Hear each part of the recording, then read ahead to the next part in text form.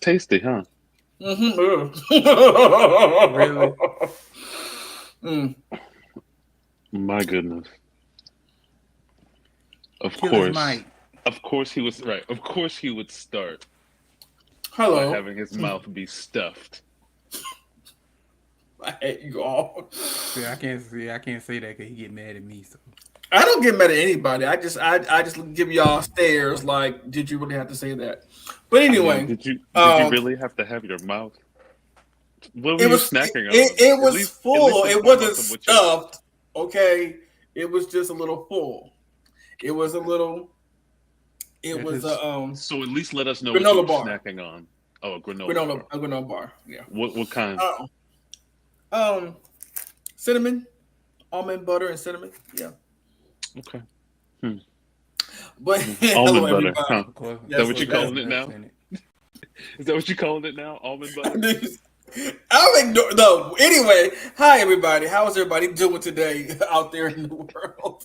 Welcome back to the M3 Blurred Council that happens here every Sunday at 5 o'clock on the M3 channel. And we are glad that you are joining us today. And of course, I'm your host, The Thick Night. But of course, I can't do this by myself without my co-host and panelist here. Then we have Mr. James here today. Hi, I'm Dev. I won't steal your 6-year-olds. Wow. Mm. And below us, we have the troublemaker, Mr. Papa Warden Cedro. Where's my prize? And, if you want a straight answer, ask a straight lady.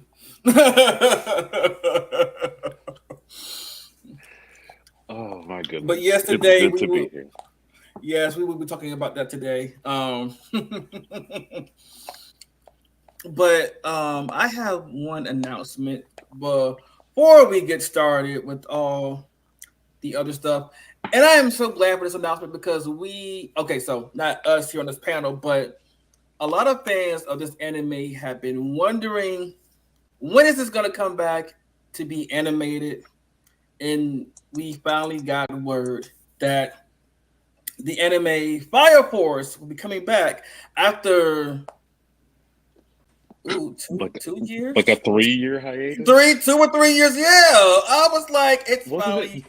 It's coming 2025. 525,600 Yes, minutes. yeah, I'm pretty in sure it April. stopped in like 2022, or at least Right, that's when yeah, the last season came out. Like it's been a moment. yeah. It's gonna be 3 years. Yeah, it's been a long minute, and we have been anticipating and waiting for it to come back. Those of us who are fans, we were like, "What the fuck is it? Is this gonna happen?" Now all we need is a green light or some kind of sign that Black Clover will come back and do their final arc, and I think we will be happy. We will be complete for a moment. 2030. It's coming in 2030. Don't say that, but you're probably right. But don't say And they that. coming in movie form parts. you know, Look, speaking of, I would go down the Demon Slayer rabbit hole, but I'm not going to at the moment. We got to keep moving. But yeah, Demon Slayer doing that in parts. Yeah, okay. We just hope they come out sooner rather than later. That's all I'm going to say. Um, but yeah, but go before we get to James. Well, no, I'll do the joke later. Go ahead, James. Okay.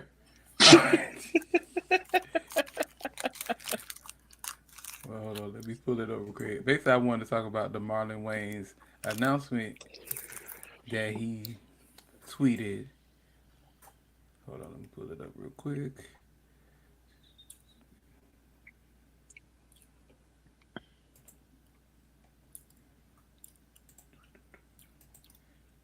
he tweeted about.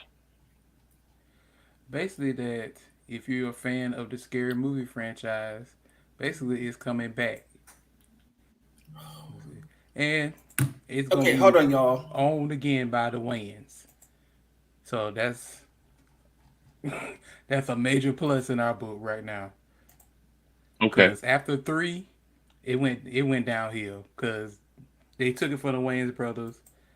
Here you go.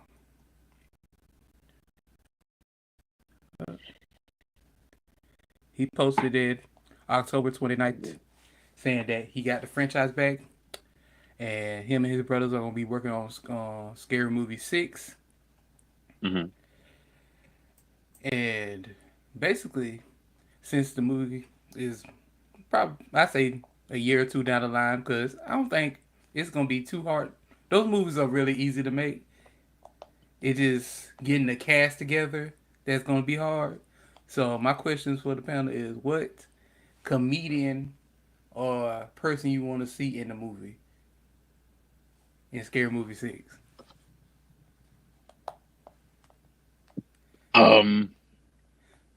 I'm gonna be honest and say that I'm actually not looking forward to watching this movie. Bless me. But I would say, I instead of answering who would I like to see, because like I don't know if I'd like to see anyone in this. I'll say who I think I'll say whom I think will be or has a good chance of like appearing in it. Um, I could definitely see like is so also let me know because I'm a little out of touch with like people who are toxic or like have been canceled somehow or in some scandal where they're like off book or not Right. available. So just let me know if I hit on any of those people. Um, it feels like something that like a Lil Rel Howery, Lil Rel, is that his name? Yeah. Do you know Right. yeah. Um, Mm-hmm. I could see him being in this. I could see like a Tiffany Haddish. Um, I could see like Channing Tatum showing up. Okay. You know, like some of those like random like people who are just like, I'm just gonna be funny for a couple of hours on set today, and it's gonna be like a quick little, one off or something. Like I could see that happening. Um, I wouldn't be surprised if they incorporated some of like because they parody a lot of movies. Um, Right. I could see them incorporating some like something Marvel related, and maybe having like some character who's appeared or some actor who's appeared in one of the like MCU projects up until this point. Because at this point, there's like hundreds of them. Right. Like maybe having one of them show up, maybe a one-off joke type of that. Um, I think I'm a little more interested, not necessarily in who, before I finish my part. Like I'm a little more interested in what movies they're going to be Right. Well, parodying. Excuse me. that was gonna be my next question. What movies do Yeah. y'all want to see parodied? Okay. I'll wait until we get to that part. But Okay. I just see like like a handful of like comedians that we've seen up until this point. Maybe Sam Richardson, the Mm-hmm. the black comedian, wears glasses. He was in what was it? The Tomorrow War. He's been in a lot of things. Yeah. But I think he was even in The Office. I want to say, but I didn't watch The Office too much. Um, but I could like that. I don't know if you guys ever seen or have an Apple Plus subscription, but there's a show on it called I think it's called The After Party, Yeah, and it's like a I've seen a murder. clip from that. It's like a murder mystery, but it's a comedy, and he Mm-hmm. and Sam Richardson is like the main character of it. But the entire cast like are filled with just comedic actors. Like Tiffany Haddish is in it. Um, one of the characters or one of the actors from that comedy Broad City that Hmm. was on Comedy Network a few seasons. She's also in it, so it's filled with a lot of people like that. I could see any one of them in that cast showing up, which Right. also included what's the name of the youngest Franco brother? Is it David? Because James is the one who played Harry Yeah, in the Spider-Man David. of the Tobey Maguire Spider-Man movies. I think it's Hmm. David, right? Yeah. I think David's the younger one. David was also in like the first season of that after party show, and like he's he can do serious things, but he usually shows up in those types of like random comedic, like a super bad, a scary movie. Like I could absolutely see it happening, especially Yeah. now, like you said, that it's coming with they have the rights back now to sort Mm-hmm. of do Hmm. more with it that actually added to their success. Because I've definitely fallen off, but I fell off like after two. So it wasn't Yeah, like after three. Like three to me was like and then they've sort of Yeah, all they. been about the same or worse yeah. to me. That's Mhm. Um, yeah. By the fourth one, they lost the rights to it, and you can Yeah. tell. Hmm. like Yeah.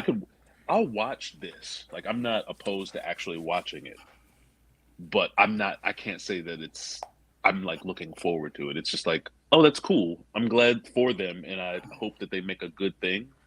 But Right. we've also seen reboots not necessarily work out. I hope it falls more in line with the last Bad Boys movie, which I still haven't seen yet, but I hear good things about. Yeah. Same Right. here. More that than I can't think of.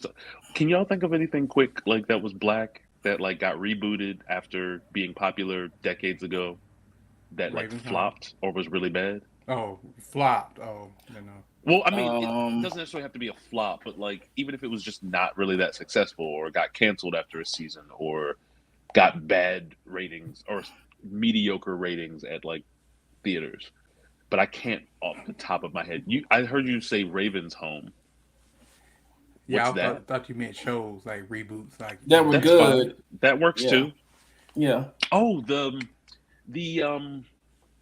what was The the Good Time, yes that. the Thank you. Good Time See, reboot, see that's the The what?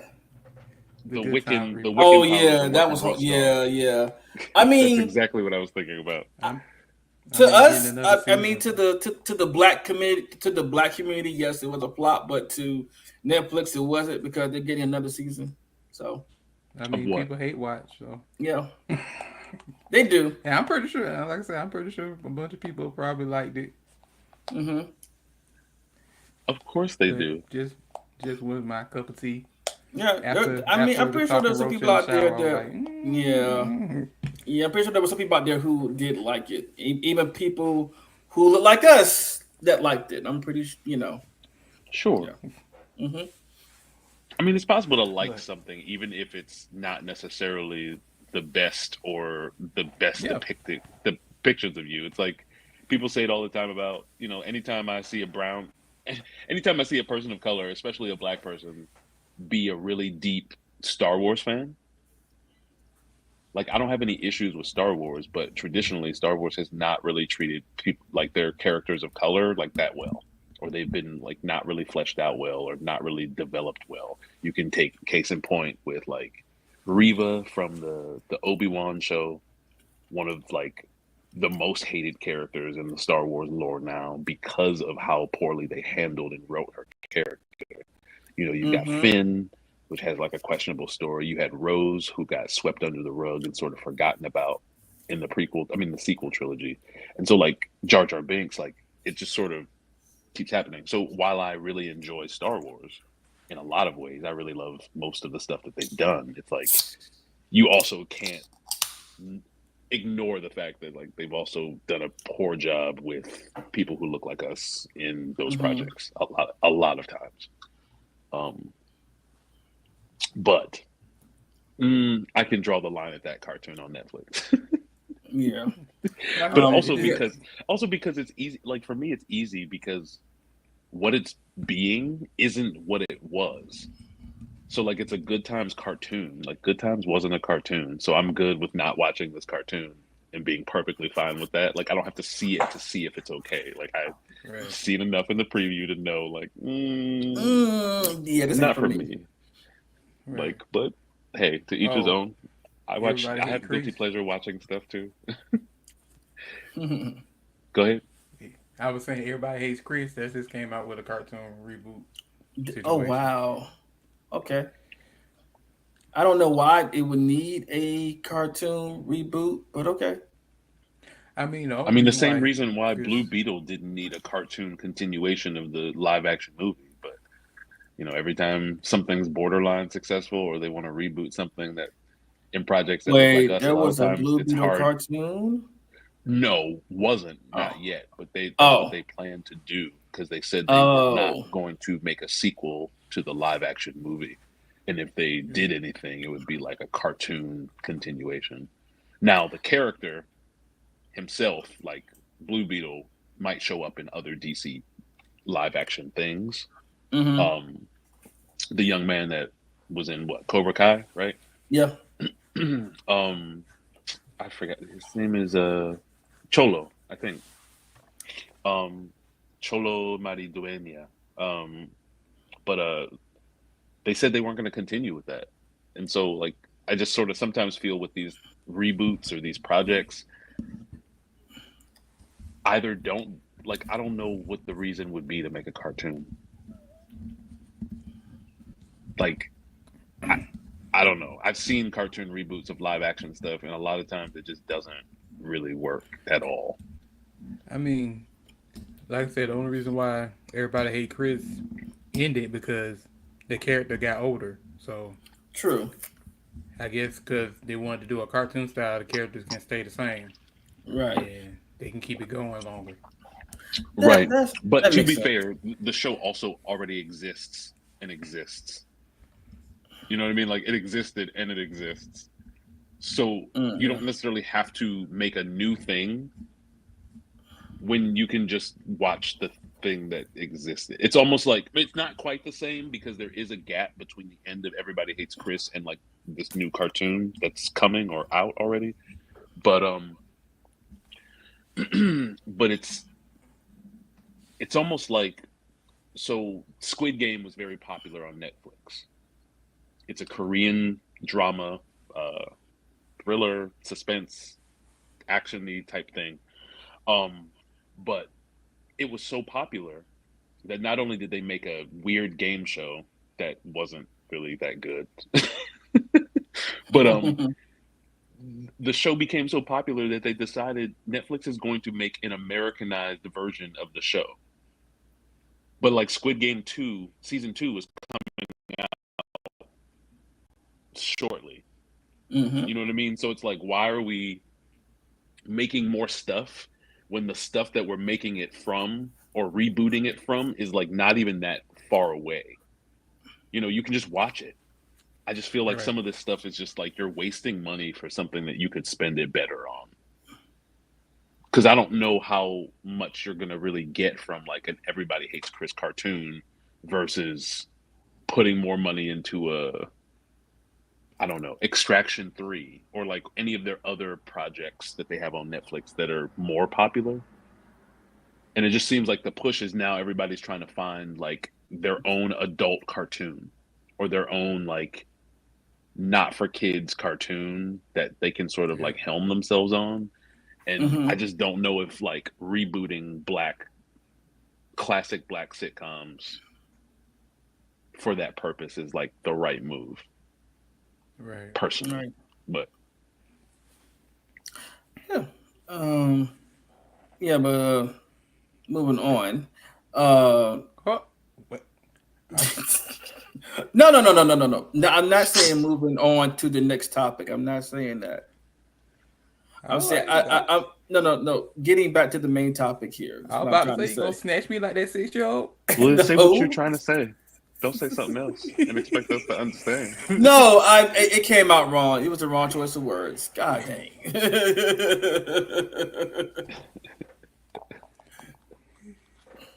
Okay, threw me off. Anyway, back to the top of your head. What comedian you want to see on the show? On screen, Scary Movie 6. That was the original question. What comedian do I want to see Comedian, on? funny person. Actually, I would love. I don't know if he because I don't remember any of them past two or three. But if Tahir has not been on any of them, I would like to see him do something. To your I can't think. He doesn't really say his last name, like in his handles. He just goes by Tahir. But he's been on Wild and Out. He's been on a lot of. He's even done. He just did a recent stand up where he was like, what he would do if he woke up as a female the next day. It was hilarious. But yeah, he's a very good comedian. I'd like to see him in it, honestly. is his last name Moore? Yeah, yep, yeah, From okay. yeah. Yeah, I know who you talking about now. He came from how about not Def Jam? Where he came from? God, what was that YouTube? All Dev. They Yep. Mm-hmm. yeah, I know what you're talking about. Me, I would like to see um let's see, what's her name? Issa Rae. Yep. Hmm. That's mm-hmm. I Okay. think she'll fit good in there. I would like to see God,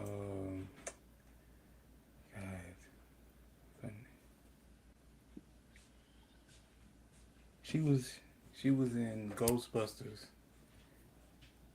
Uh, the um. female edition of Ghostbusters. I'm trying to think of her Oh, name. the she used to be Dang. on SNL. Yeah. Yeah. I can't think of her name right now at the moment either. And she played in Coming to America too. Is it Les? No, Uh, it's not Leslie. Les, Leslie Leslie, Les, Jones. Leslie, yeah, Leslie Jones. Okay, Leslie Jones. Leslie Jones. Okay. She'll be perfect. I think those two will really bring something maybe to the writing because they write their own stuff too. Maybe to the writing or to the acting of Scary Mm. Movie 6. Sure, Oh, I can okay. see that. So what scary movie franchise would you like to see they mock? Well, because I know the series has been successful, the Chucky series that came on Sci-Fi and USA. Okay, Okay. so I'm a disqualify that answer. Like I understand where you're coming from, but I'm gonna disqualify that answer only because Chucky has been around for decades, and they've already had things in their scary movie franchise that have done that. I want you to pick something that's relatively recent. My, I'm surprised nobody picked this. Of course, Megan. Yeah, Megan would be a good one. That dance alone gotta be Oh, mean. I'm they're sorry. absolute. Yeah. Oh Oh, yeah. Yeah. see, except it's gonna be like a full team, and it's gonna be like choreographed. Like it's gotta be. It's gonna be either. It's gotta be one or not one. It's gotta be multiple. I'm just. Yeah. They're gonna do that. That's gonna be Yeah. one of the biggest ones. Hmm. The Blackening. They might Okay. parody that.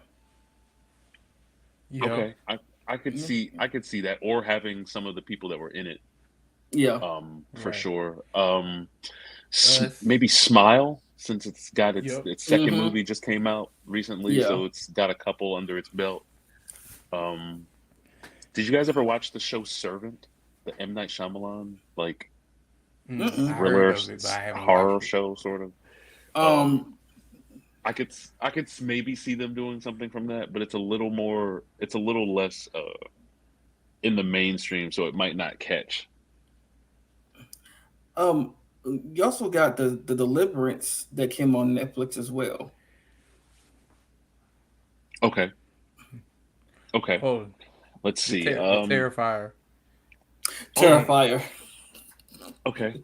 Oh, the the twisted childhood universe stuff. So like the Winnie the Pooh Oh scary movies, yeah. like the Bambi. I think Oh they yeah. might pull something from like something from there. Mm-hmm. Um, what's the Night at Freddy's? One Night at Freddy's? Five Nights at Five Freddy's. Five Five Nights at Nights. Freddy. Thank you for the number correction because I surely didn't know. Actually, that'll be a perfect opener. Like he's a security guard, and Hey, what's some going random on? child thing. He's like Five Nights at Freddy's. Also the Trap from M Night Shyamalan. Now I know it's not much. It's more of a thriller than a horror movie, but they could Mhm. still parody that too. I'm gonna watch that tonight. They say They it's might. good. I enjoyed it. It was fun. Hmm. I think they might actually do instead of Trap. They might do his daughter's movie that he like executive produced, the one Watchers with Okay. Dakota Fanning, where they like it's like a group of people. They sort of get trapped in this weird wooded area, Hmm. and Mm-hmm. it's this box or this rectangular place, and one side is just glass, and they have to stay like they can't venture too far out because at night they'll get snatched up by these things that like come and watch them. It's very bizarre, but if you watch it, whether you like it or not, you can absolutely see scary scary movie pulling something from it. Like Yeah. maybe even like you said, is like an opening. Mhm. I'm not laughing at you, CJ. I'm laughing at this comment that this person made. Hello, peasant. Oh, not hey everyone. Nah, Wow, they I call our audience peasants. No man. he is right. he I could have called him something worse, but I went with peasant instead. I will handle you later, sir. And Oh, remember that Ranger Stop is not that far away. I'm not going to threaten you with violence on this live broadcast, but yeah, Midsummer Night Dream. Yeah, damn. That's a good friend of mine that we that's just You how our sure? relationship works. Yeah, yeah. It's just how that's our just how you relationship guys. works. That's how we Yes, are. Yeah. yes. Pejoratives of the new terms of Look, I endearment. did call a truce, but he didn't want that. He wants to continue the chaos. So I'm like, okay, I'm here for Y'all handle that backstage. Y'all Right, do this. somewhere else. We got a job to do here. Okay. Not for y'all to be Y'all petty handle at that each other. backstage. Y'all be baddies backstage. Y'all do that. I am being nice. He started. Okay. But what was the doll movie? Everybody Annabelle. Didn't they? Did they do that yet? Yeah, they did that. Yeah. They did Annabelle already. They Okay. have. They've done that. They've done Jigsaw, but they still might make a reappearance. Oh, The Conjuring. I Yeah. mean, I know it's in the Annabelle universe technically, but like, Mhm. I could see them doing some Conjuring stuff because, especially that second one, Right. when they floated that girl up and threw her across the room into a wall. Oh, you know that's gonna be an immediate laugh for me. It was a laugh when I saw The Conjuring. Like I was cracking up. Her hair, they were all standing still, looking scared. Her hair started lifting up on its own, and then as soon as she looked at the hair, she Cindy, immediately. what's happening? Right. It, I like the that's part. why. That's also why I cracked up in the Acolyte when they did it to Osha. Mhm. When the stranger just move. You said Jeepers Creepers. Jeepers Creepers. I'm gonna be nice, but yes, Jeepers Creepers is a good one, Kevin. You know what? I could And like I I said, could see them. Speaking of the Acolyte, I could see them doing something from the like because of it had some horror type nature to it, Yeah. and it's sort of like comically now just a one and done. right. Like I said, I hope he'd be smart enough to bring this movie out around Halloween time. So that would Yeah. be so perfect Yeah. for this. And my last question is, what is your favorite moment from a scary movie? It's just one, two, or three for me. Cause anything past that, I don't remember. I'm grab my sorry. strong hand from the second one. Was it the Oh, second one yeah. Oh, my when he was favorite hanging out the moment. window? Yeah. Oh, I'm sorry. I mean, No, but you could. that moment was just funny to me. Also when Regina Hall, right? Yeah. Yes. When Regina Hall was like playing with the skeleton, like the skeleton was like coming, she was like, "I'm not scared of this," and she like took the head off and started Right. playing with She it, said, playing Please with it. get her little white ass. get her lily white ass. It's gonna get us. It would have just been you if you'd have started back up, right? Yes. And these little sketches like, Like Cindy, Cindy, this is a skeleton. skeleton.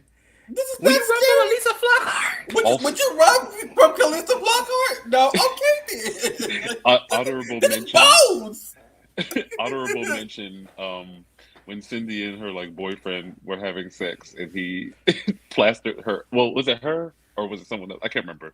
But they were like two people were having sex, and he like plastered her into the ceiling. Would come. Yes. Yeah, that was her. Like I was I was young at the time, and I was like, Oh. I didn't know that they could do this and like not immediately be sanctioned, but that cracked me up. No. One of my favorite lines said, every time something creepy happens, y'all asses want to split up. Yes. He said, okay, you follow me. And all the white people were in this. And all of them like, we gonna die, y'all.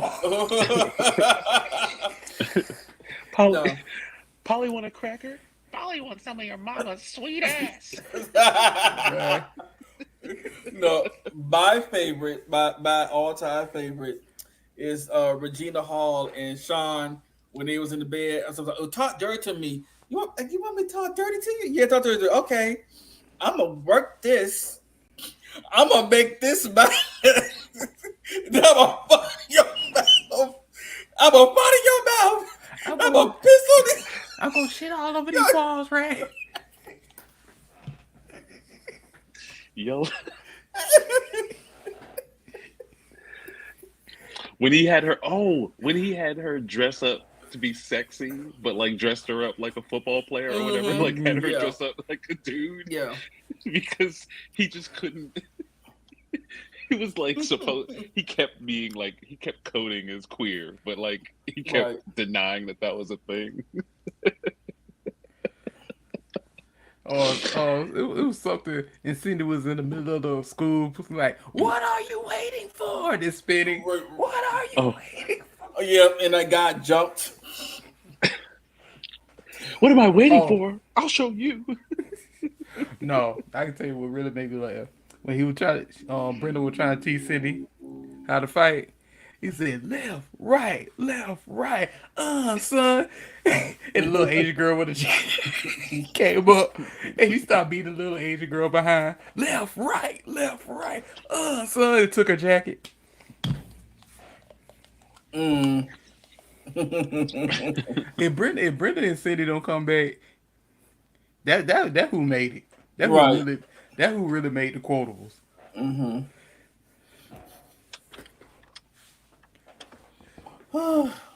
But yeah, that was pretty much it for my segment. Okay.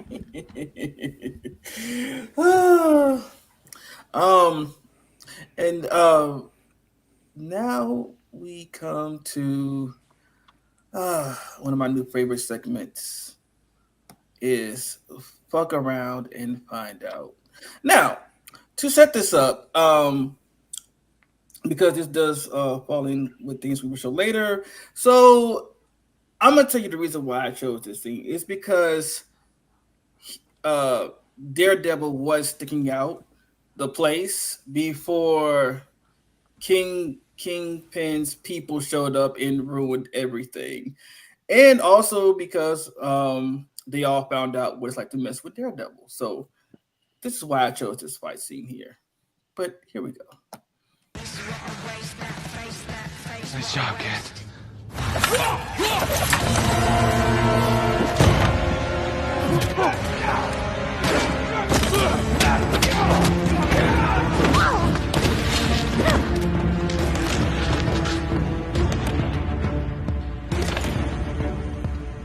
I've been watching them all night.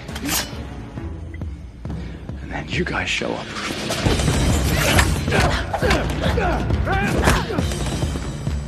And screwed everything up.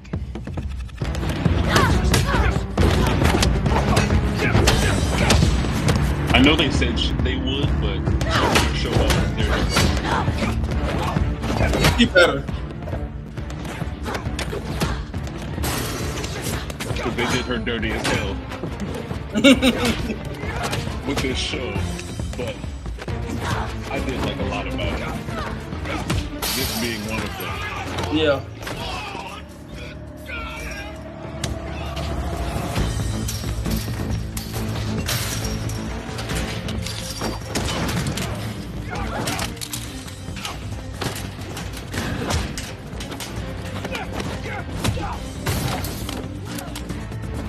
I love a good oneer. Yes, make me believe you've never stopped rolling the camera. Right. You just have a long extended year.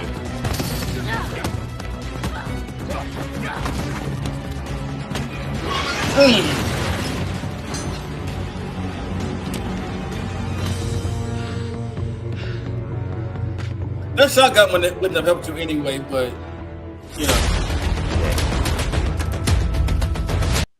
yeah, that shotgun wouldn't have done much for her anyway. But she tried. She's like, oh wait,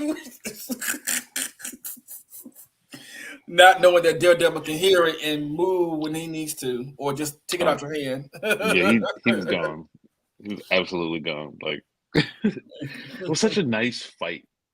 It was such a surprising one too, because they did say a long time ago before they like secretly dropped the show, basically, that Daredevil was going to appear. I just didn't think it was going to appear like that. I thought it was going to be like how he appeared in Spider-Man: No Way Home. Was it? That was the third one, right? Yeah. Yeah. Like how he appeared there, where it was just a quick thing. He was Matt Murdock, lawyer, and like he just had like one little quip and that was it, basically. I thought that was going to be the case. Like he was going to show up as a lawyer for somebody, maybe her, maybe someone close to her or something like that. But like to have him bust her first like real drop, or her first real like gig as like a gang member or whatnot, that was very exciting. The rest of the show, I mean, maybe not, but that was very exciting. I forgot all about this show. I forgot this show existed now. But I like how Daredevil's hands eat for everybody. Like, I don't care if you're a girl. Getting these whoopings too. Yeah, his hands too. You sure can. Okay. Doesn't discriminate. He does not. All right. So on to our next topic. We have a lot of trailers to show y'all. A lot. Well, quite a few. We have quite a few trailers that came out. And I'm going to get started with this first one that gave a release date for an upcoming game that I really want to play. And I'm pretty sure it's going to be me and a lot of people who are fans of this franchise.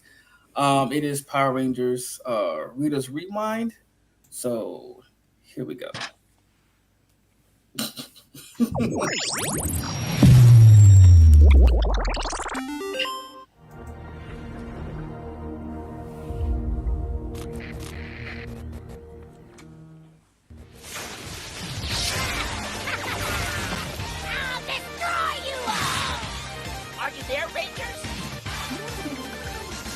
Rangers, can you hear me? It's one of these. It's morphin' time!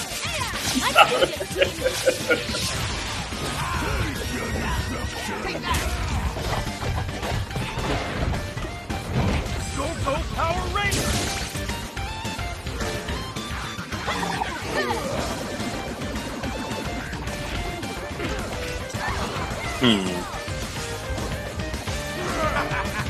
I can see how this will end.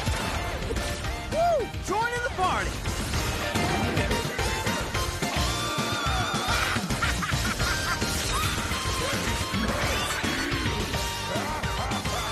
Tyrannosaurus! We need Megazord power now!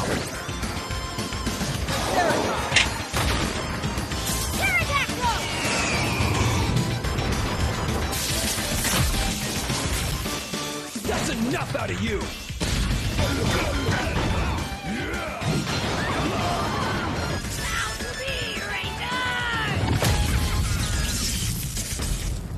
And we got a release date, December 10th. Because last time we saw this trailer, we did not get a release date. You got a release date. And on PlayStation Store right now, if you pre-order it, it's actually discounted from $10 to I think $6. So it's a nice little discount. Oh, okay, that ain't bad. Okay, I will get that. Yeah, Now, if you said 50 or something, I was like, leave that no, on. no. No, that would be a switch. That would be a switch move. Okay. But I looked at it the other day. I was like, oh, it only cost this much to pre-order it? And I think the game is digital only, which kind of Oh, not on worries there. me a little bit because of a topic I would get to on a later cast about the whole digital uh not copyright, but digital ownership controversy that's going on. So it worries me in that regard. But So, yeah, I'm hoping that there is a physical copy that comes out as well, and it's not as much as these other games. what this coming on what console? All of them. Oh, okay. Yeah, I definitely get it. Hmm. I like the perspective of how they in the Zords. Yeah, I do too. I like that perspective. I like the fact that this game is more. It is a beat 'em up, but in the older Power Ranger games, which most of them are beat 'em ups, it wasn't this immersive where Right. you were in the Megazord, you were piloting the Zords at first and doing things, or on the motorcycles and doing things, or fighting on the motorcycles or the Zords. It was more of a beat 'em up, take out the putties, get to the end of the stage, fight the boss. In some games, the boss grew big, and you got the Megazord, and it was like a 1v1 kind of situation. In other games, you didn't get the Megazord fight until the end of the game. You know, we have quite a few that were good, some were not so good.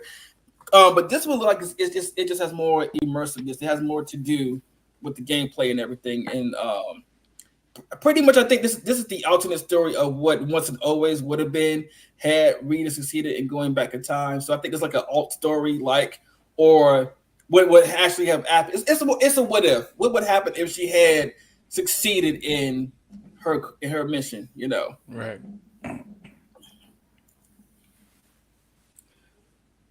So, but yeah, December 10th, I'll be ready to play it when it comes out. And that's it for my trailer. That was the only one? Yeah, from me, yes. Okay. So where were the other what were the other trailers? Oh, you said we had a lot of trailers. I'm sorry. I'm sorry. That was my personal. That was my only personal one. I'm sorry. Our next trailer here is in Yanyu. I'm sorry.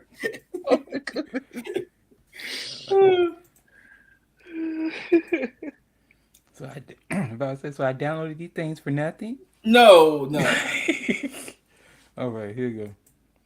It was foretold by our ancestors that in times of great conflict, there will be the chosen, who will rise to restore harmony to the people and creatures of Yoruba land.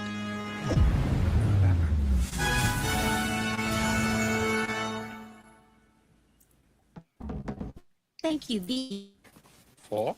Finally heading in a new direction. Sun and moon are my compass. You live here? Yes, I sleep on a statue. Really? No, these are remnants of the Age of Wonders. My elders passed many stories to me. The one that caught my interest was how our entire country was away during the Divine War 5 years ago. Now, it's left from the war are the big walls that keep Yoruba land separated. Secrets of our past further lost because our people cannot unite. Like the secrets kept by Diakoni. Yes, as they've vanished, so have the reminders of how great we used to be. How do you know so much about our history?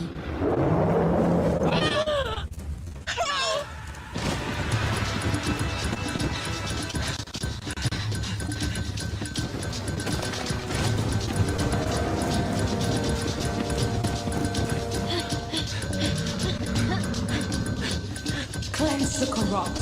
The creature knows what it does. That voice. Cleanse. What are you doing? Oh!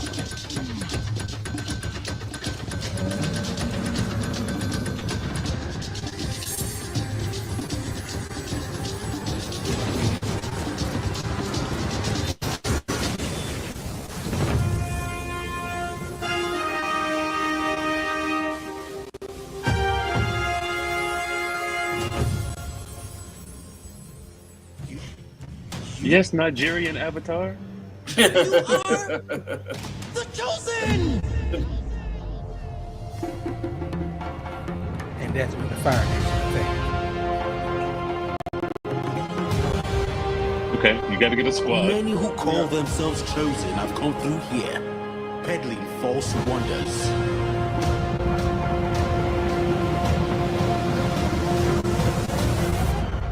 I never claimed to be anything. I am the chosen.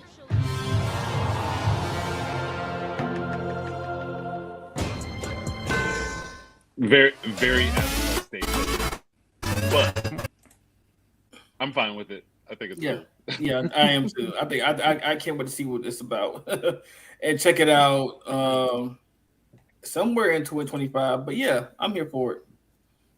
There was a show that reminded me of a similar sort of direction as far as like let's have this sort of chosen spiritual supernatural sort of powered child that's like destined to do something greater, right? And so of course we've got like Avatar. I mean, we've had many instances even before Avatar, but Avatar is like the most direct representation of that, like in today's sort of modern cartoonish world. And so you've got Avatar. There was a show on Crunchyroll that came out a few years ago called Onyx Equinox. That was like very like Aztec, Mesoamerican ancient culture lore and stuff like that. So it had, you know, Quetzalcoatl and a few of the other like Aztec, like ancient Aztec and some like Mayan gods and such. And it had a similar idea where it's like you've got a child in a specific culture that is destined for greater, and like this tale of how they achieve that or don't, you know, et cetera, et cetera. But this feels like a nice African version of that story. And I'm, like you said, I'm interested. Like I'll watch it for sure. It came across my timeline the other day, and I was sort of surprised because one, like, remember when people were like, Cartoon Network is shutting down? That whole like thing where everybody thought Cartoon Network was done. And so it's nice to see that they're still doing stuff, and they're doing, you know, more representative stuff. So, you know, I wish the best for it, even if I don't necessarily find myself super invested in it, but I'm definitely going to watch to see what it's about.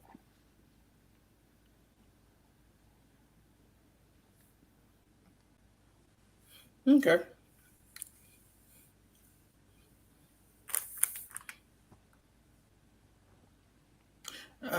Yeah, me too. I'm liking the spiritual aspect of it too, and the way the powers look and everything, the animation, the graphics. I'm like, yeah, it kind of reminds me a little bit of Avatar, but also kind of reminds me a bit of the Dragon Prince as well. Not the animation, but the way the powers look and everything. Sure. Yeah.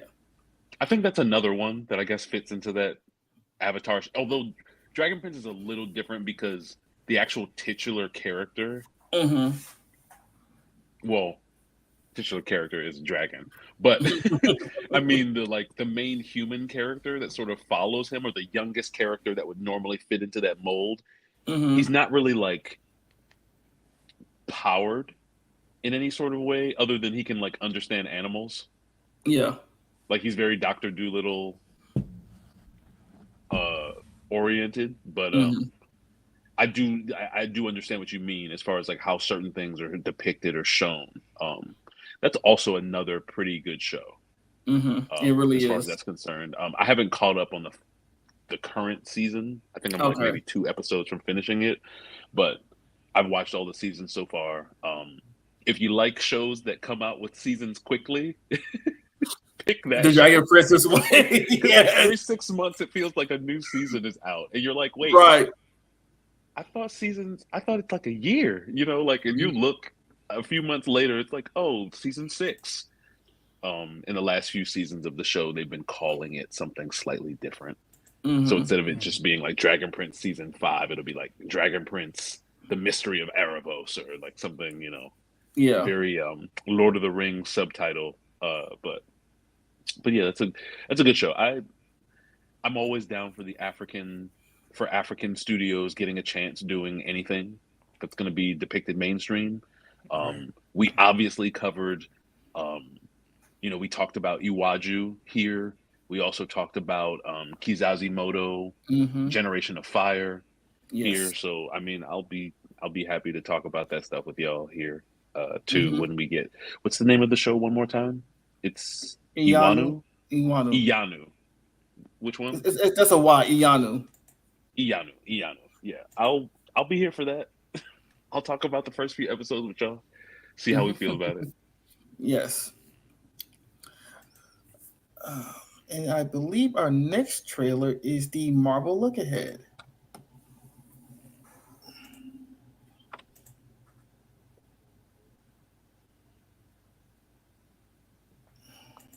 I brought you here to offer you an opportunity. Oh, I smell what you're stepping in. It's gonna get good.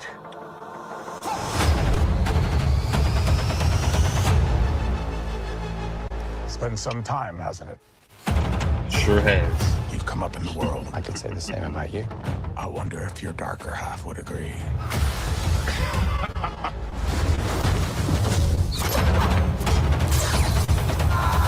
Exactly what kind of a lawyer are you? A really good Be a one. good one. This me. Oh! I want to build something undeniable. Anyone who's ever accomplished anything iconic in life, questionable to get it done. Adventure? The battle they will sing about for ages.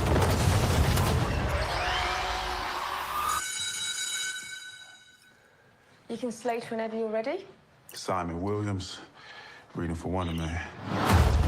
I was born to play this character. And we both have a lot riding on this. You better not Trevor mess this up. Slattery. I know. I am ready. The eyes of Wakanda. Marvel Jesus. It's a long road ahead of us. Much to do. Oh my God!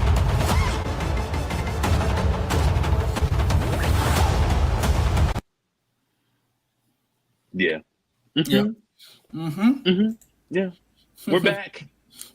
For all the people who hated for all that time and thought nothing that they were doing was right, we Right. back. Yeah. Marvel is back. Yes. And I'm glad that they actually stepped back, did some like, okay, we need to rethink our direction, our strategy for doing these things. We gotta do some reworking here. And I'm glad they took the time to do it because They just needed to tighten up some stuff. Like that's basically the only thing. Like I still don't think that any of the Phase 4 projects were bad Me or either. any of the Phase 5 projects. The thing that I will say is that I don't understand having 17 projects in Phase 4 without a single team up movie. That was weird. Especially when every other phase before that had like at least one Avengers movie. Like it doesn't have to be Avengers, but like what is the state of the world we're in? Like how do you give us 17 projects over a few years and like we still don't really know like what's going on the street level? Or just in general things. Like we got a little bit of taste of that Falcon Winter Soldier. What's going on street level. We got a little taste of that in like Hawkeye. But I just feel like they needed something to be more to make it cohesive. And usually for the phases before, it was team up Avengers movies. With this phase that we're in currently, we're not going to get an Avengers movie, but we were told that Captain America 4, he will be assembling the team in that movie. Whether they actually assemble and fight is another story, but at least we'll know like who the Avengers generally are in that movie. And then we also get Thunderbolts. So it's like we will get those team up movies we're looking for with this. We also got the Marvels, which I feel like to a certain degree counts in certain ways. And so like we're starting phase 6 off with Fantastic Four. So we're like already they've retooled in a way that we know that they are on a better track with how they're going to dole it out. I do like the fact that they took a moment to sort of retool and repurpose. Some things fell through the cracks. R.I.P. Blade. Yep. But I'm glad. I'm actually glad. Honestly. And we'll get into that. We can get into that later. But what in this do you feel the most excited about? Like, which project do you feel the most excited about? And if it's too hard to just pick one, then pick one live action and one cartoon. Okay. I will pick one live action, which is Daredevil Born Again. Okay. And no. Well, yeah. Okay, yeah. I'll go with that first. And then the next one is the What If. And just to point out that this screenshot here of What If. So we were wondering what this Blade. It is Blade. It's Blade, yeah. But I believe it's Blade dressed as a knight, and people were like, "Is it Moon Knight? Is he the yes. What If?" Okay, so I was right, and he is voiced by Mahershala, which is like, wow, okay. Yeah, it's so like, well, I don't know if the actual episode is going to be this, but in whatever episode we see this clip from, it is basically like, what if Blade was Moon Knight? Okay. Or what if Blade was also Moon Knight?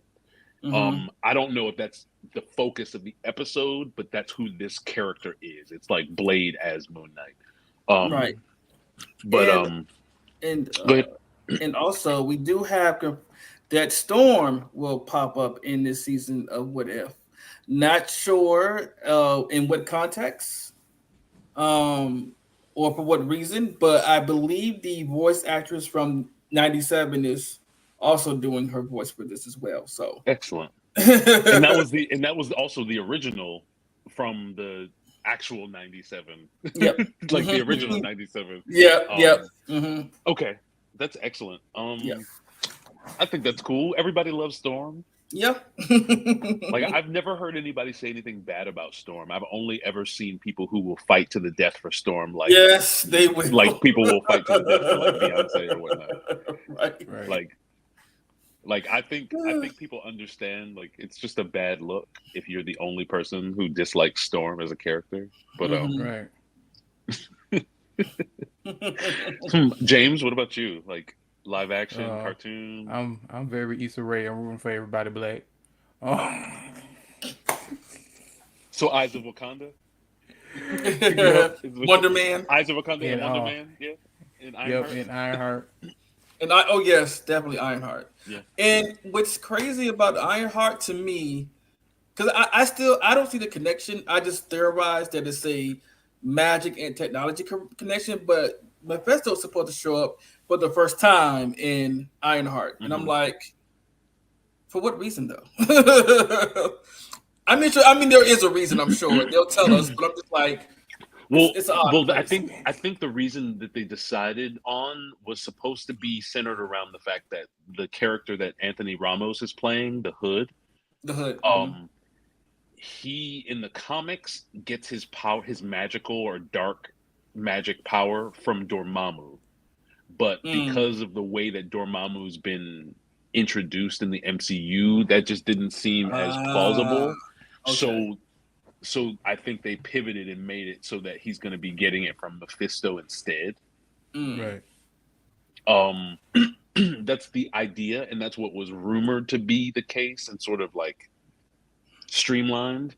We'll see if that's actually what happens. But I will say that they did hire Sacha Baron Cohen. Borat / That's gonna be odd. Many other things, but like, he's very good as a character actor. So I can see him being like they did hire him to be Mephisto. Yeah. And it was supposed to be for the Ironheart show. So I imagine that's still happening. And with the tease we got of Mephisto, Agent of Mephisto in Agatha All Along, and the tease of him in WandaVision, and all these things going around and happening that at some point has usually involved Mephisto. Like even the Spider-Man No Way Home plot line was like drawn partially from a story in which like Peter Parker basically made a deal with Mephisto. Mm. And so at some point he's going to show up. I think this is an interesting way to do it. Honestly, I'm just intrigued. But I will say that I think that this is a way that they can absolutely make Ironheart different. Like, because the thing with comics, you can make characters or legacy characters that sort of fill in the gaps of older characters. For example, like Batman having a Robin and then that Robin growing up to become Nightwing, right? It's like we have these characters that sort of fill in the spots for the characters they were mentored by, right? Ironheart, even though she wasn't necessarily mentored for real by Tony Stark, although she did have him as her AI, like Tony had Jarvis for a moment, she's kind of a legacy character. But when it comes to the MCU and the movies and the way that this universe has to be built for the public, for the fans, as well as like the general public, you can't just have like a black female Iron Man, because they'll make it seem like, why does this character exist if all she is just a black female Iron Man, right? So I think them introducing, like you were talking about, Devon, I think them introducing this magic aspect to it, one, it differentiates her from Tony Stark, because Tony didn't really have to deal with a lot of magic at all. And so the idea of like this also being a new sort of avenue for the MCU as well, was like we're incorporating magic and technology. We got a little bit of it in No Way Home when Doctor Strange fitted Peter Parker's outfit with like the thing that could capture people from different dimensions or whatnot. Like there was some magic and technology going on there, but this I think can really, one, hone in on it, and two, set us up, because a lot of people are like, well, this was part of the old guard before Marvel started changing stuff. This series was already supposed to happen. So like, how is this actually going to tie in to what's going on in the future? Or is this just going to be like a Echo thing where they sort of like, it's like a one-off that nobody really is going to check for in a certain way? And I think that the way that this works is that you've got magic and technology working together. You got Riri figuring out ways that technology can battle against magic. And that juxtaposition and combination of two things, magic and technology, also is very, very Doctor Doom code. Yeah, it is. Which helps for the future stuff coming up. And I think that makes me more interested in like Ironheart pretty much over anything else. Like there's elements of Wonder Man I'm interested about, like how is this going to be like the Wonder Man from the comics? Because we've done so much in this MCU that's very different from how he came about. But Ironheart for sure. And also, to give Ironheart credit, it looks expensive. I'm here for it. Yes. Like just seeing the suit, the boots part of the suit like come up and like attach to her foot and start like connecting. There was a moment where you saw like the hand of the suit, like an exoskeleton sort of outside of it, and she was moving her actual fingers, and you saw the fingers of the suit like moving with it. It looks really expensive. Like it looks like, what's the Quinta Brunson thing? Oh, he got money. Like he got money. This show looks like they put money into it, and it looks like, I'm glad that Ryan Coogler is an executive producer, because he got that Black Panther, I brought you an over $1 billion movie and another movie that got you close to that anyway. Like you gonna put some money into this show, and they did. Like it looks very good. Yeah. All of the visual effects and like CGI that I saw in the clips that they showed us, it looks really crisp. I just want to know what type of medal she's going to get. I know. Well, they kept her. They kept her Wakanda suit in Wakanda, her red suit. Right. Yeah. So they did. So the vibranium maybe not, But Right. we do know that we are supposed to be getting a new metal introduced, whether it's adamantium or not. We don't quite know, but we're pretty sure. And so we're getting a new metal or a new resource introduced in Captain America Brave New World in February. Ironheart comes out in June. So we could also see her getting some like adamantium or whatever this resource, this new thing is, like upgrading it in that way. I do like that they snatched her Wakanda suit, just because I want to see for her show or for anything that's like her sort of originating is I want to see her do it herself. I don't want to see her have like an entire country of advanced technology backing her. I want to see her like go back to like we did in, to be fair to her, we did see that in Wakanda Forever. She had been making her own suit, and we saw what the like her Mach 1 looked like. Now I need to see what she can do now that she's gotten that knowledge from Wakanda forward. I'm interested in that show the most for sure. Cause it's probably gonna be, I forgot the name of the material, but it's like a new metal that's like magic can't touch it or something like that. Magic can't affect it. Okay. I think I know what you're talking about, but I can't think of it off the top of my head. Cause that's more of the Iron Man thing. Cause Iron Man discovered it. Yeah. Cause comic story, him and other people on YouTube pretty much saying found a metal that basically can't be bent, because he got one of the superpower people to try to bend it. He couldn't bend. Can go past Spider-Man's spider sense, so he can't sense it. It was something else that it could do, but it's like technology and magic based. So I want to know if they're gonna try to slip that in there, maybe. Sure. Sort of like how in the Acolyte they slipped in the cortosis? Cortosis, that metal that like could short out lightsabers.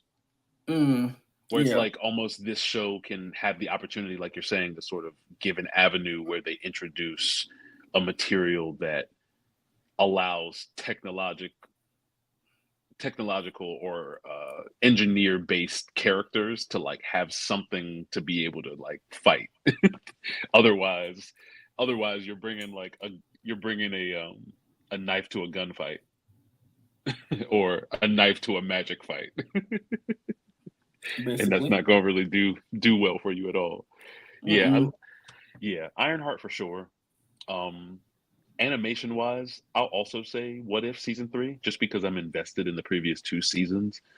Marvel Zombies should be interesting, but I'm always zombied out, so I'll just have to watch it when it comes to see if it's like if I'm interested or not. Eyes of Wakanda, I like the animation style change, so I am interested in seeing what that's going to be like. It's also another produced thing by Ryan Coogler, so I'm pretty certain it's going to be excellent. So I'm not even worried about that, if I'm being honest. The Spider-Man thing is okay. I don't know how I feel about the animation style just yet, because it does feel a little cel-shaded Dragon Prince-y, and I'm not sure if that's how I want my Spider-Man, but I'll still watch it. It'll still be fine. Okay.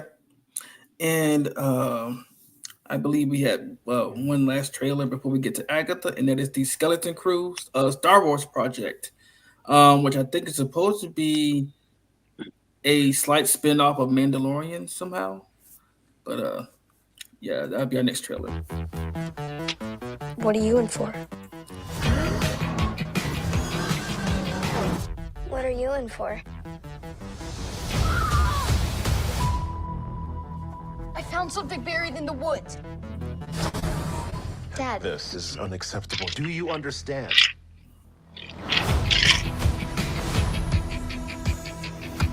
What do you think it is?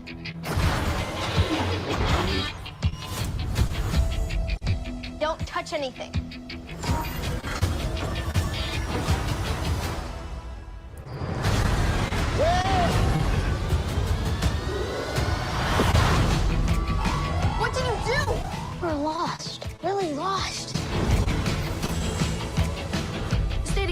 We just need some directions home. Come on, kid. Pay up. Whoa. Where'd you two find an old Republic credit? Over here, quick. I'll get you home. We'll make a partnership. But we have to move fast. I need you to take the controls. Okay. Neil? Neil?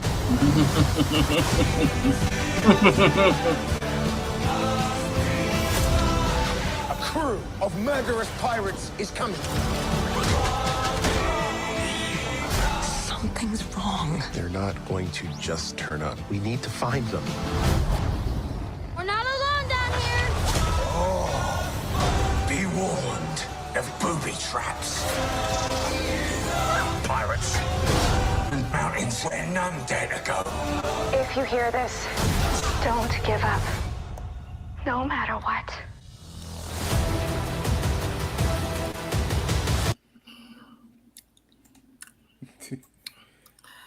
So it's very kiddie for sure. Mm-hmm. Yeah. But it's got that that 80s group of kids, Stranger Things, we're just gonna sort of go out and have child hijinks. Star Wars babies. Not Star Wars babies. It's very Muppet Babies coded. But I'm here for it. I think it seems cute. It seems wholesome. It also seems like it'll be something, even though it's going to be the main characters are going to be children. It does seem like something that will be watchable and enjoyable for all age ranges, which is also appealing to me. Sometimes things can be very child coded in a way that's not appealing. For example, the I Am Groot animated shorts. Right. For me, it was oh, you're all just selling toys. Okay, whatever. But this, I'm yeah, I'll watch this. I think this is. It seems like an interesting. Kids, but the kids that are fans for their age kind of situation. Yeah, and also with Star Wars, you know me, I like Star Wars, but I'm also very interested anytime Star Wars decides to tell me a story that doesn't involve the Jedi. A lot of Jedi. They're always going to reference them. They're always going to somehow be around. But when they can tell us a story about everyone else that exists in this galaxy, right. With different. This is the first time I think I've ever seen a Star Wars suburb, on a planet. He was running down the street. I'm oh, this is right around the corner from me. I know exactly what this subdivision looks like. So I'm sort of I think there's elements of this that would be really interesting. I'm intrigued to see what elements of the Star Wars lore they're incorporating into this story. Right. I think that's more fascinating to me than even what the story of them is. It's what are you doing to make this connected to the world besides just them finding something hidden and running into a Jedi? You know what I mean? Clearly, Jude Law is going to be this, not retired Jedi, but a Jedi sort of in hiding. Because if you aren't a Star Wars fan or know nothing about Star Wars, there was a very specific order, Order 66, in which the Jedi were deemed to be bad and basically given a shoot on sight, kill on sight order for all Jedi. And so many Jedi were killed. Most of them were killed, and the ones that weren't killed are basically in hiding now. And so I believe that's where we are in this timeline for this story. So I am interested. Anytime I see a new Jedi that survived, I'm interested to find out how. Because up until this point in Star Wars, for fans that have been watching different elements of the series, we've seen some really horrific things that characters have had to go through to survive not being killed by Order 66. Yeah. So it looks like a good romp. It also looks like a project that has enough brown people in it that the Star Wars community isn't going to immediately trash because it has brown people in it. I But it don't might also know. be because, well, my thing is, I think it's because it's children. People are usually a little bit more like around children, just a little bit. Not saying it's going to be completely gone, Right. but I haven't felt or seen nearly as much hatred for this as I saw for Acolyte. Like Acolyte, when it was like announced who was going to be like in it before they even showed us trailers, people were like, "What the f is this? This isn't Star Wars." So like they just stuck with that even after it came out. Whereas with this, I haven't heard any of that,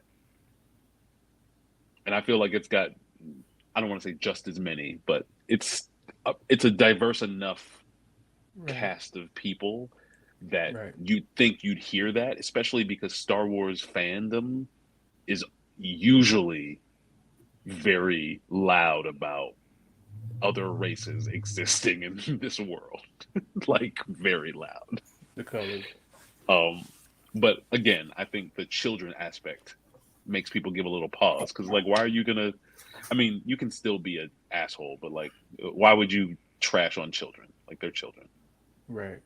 And I do think that the fan base has learned a little bit from what they did to that poor child who played young Anakin in episode 1. Because they dragged him so badly in that movie that he like stopped acting. Right. And he was like, he was a child then. So like to be like, oh, I'm getting into this business and everyone hates you so much that you're just like, I'm not doing this anymore. And you're a child. That was like the early stages of social media. Yes. So hopefully their parents got the access to their accounts and not them. So, or their managers. They're also getting a nice little check. So right. Yeah. So was old boy, but he's still he's like, this ain't for me. To be fair to the children actors that are in this Skeleton Crew thing, just from the trailer, I can tell that all of them are better actors than that child was. Oh. Now, granted, he was a child, which is why I didn't drag him then. But it's like, if we're being honest, he was no Haley Joel Osment. He was no Dakota Fanning. You know, like he was kind of stiff. But it was also a Star Wars movie, so I felt like that was forgivable because when it's like Star Wars doesn't usually give you great acting. The appeal of Star Wars is about like everything else. To me. Right. So the fact that they railed on him so hard for that, I was like y'all are somebody grab a cute kid off the street. Not a cute kid off the street. I want to know because a lot of them didn't have speaking roles. I want to know who is that girl with a Rihanna wig in the back. Not Duke, sir, with the Rihanna wig. Really, I was looking at her like she got presence. The hair alone is standing out to me. Like either she gonna be tech savvy. I want that visor. The little. I want that so bad. Yeah.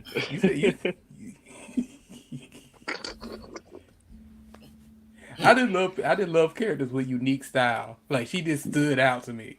Like she ain't had to speak. She ain't had to say nothing. She just stood out. They're like, there's something like either they're gonna give her a special power that's really needed, or she gonna be a really tech savvy kind of person. Yeah. I was like, honestly, I don't need a lightsaber or a Jedi for a Star Wars story to be good to me. I just need a very lovable droid. That's it. Oh, the droid, yes. Like for me, it's the droid. It's like, what droid is going to be showing up in this? You know, and I think we've seen that character. I think we've seen that droid a couple of times. Right.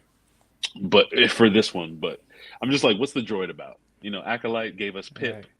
What was it? Andor I can't remember the name of the bot, but like the little bot that like just wouldn't. That was really sad when his like mentor passed away or whatnot. Right. And yeah, like I just need a K2SO in not Andor. What's the Rogue One, the movie? Yeah. K2SO is like my favorite droid in all of Star Wars. You know. Hey, Like it's because he's also like the first one that's sarcastic and like very sarcastic and sort of like hates people in general. Like K2SO was hilarious to me in Rogue One when like what was it, Jin made her speech and like the rebellions are built on hope or whatever speech or whatever, and she was like, you know, who's with me or whatever, and K2SO comes forward and he's like, I'll be there for you, Jin. Cashin said I had to. It's so just the wit. I think I was sad that K2SO got killed in that movie, but kind of everybody did. Spoiler. Right. So, but yeah, they did say that K2SO is supposed to show up in the subsequent sequels of Andor. So, like in Andor season 2, when it does come, like K2SO will show up. So I'm kind of happy about getting a little more of that. Right. And of course, they need to have their little toy commercial. Yes. You know who I'm talking about. Yeah. Yeah, we know who you're talking about. Yeah, I wish they wouldn't let that be a thing, but it is. So, yeah. Need something cute that sell toys. Yeah, but my favorite droids are BD1 from the game, the Jedi Survivor, and was it First Order? No, Fallen Order, and Survivor, and of course R2D2. Okay. Like R2 needs to be on everybody's like top 3 list, but you know, I get it if he's not, but R2 is classic enough that I just know that every time he got here, he was cussing them out. It might have been a scream, but he was saying some cuss words in that scream. Like R2, to me, R2 is like R2 or Kenny McCormick from South Park reminds me of R2. In the sense, it's like you can't always tell what he's saying, but like sometimes he's cursing people out, and you know it. Like R2 is probably the most I don't give a fuck out of all of the droids. Because R2 will like curse everyone out and be like, why do I have to do all of this? Why do I have to do this myself?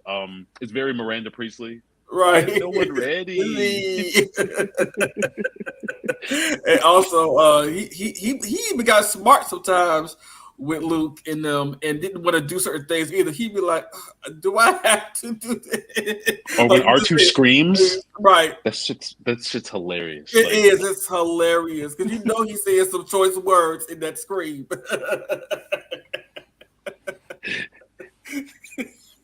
But you know, I like when they did on Family Guy when Cleveland was R2D2. He pulled out a Glock.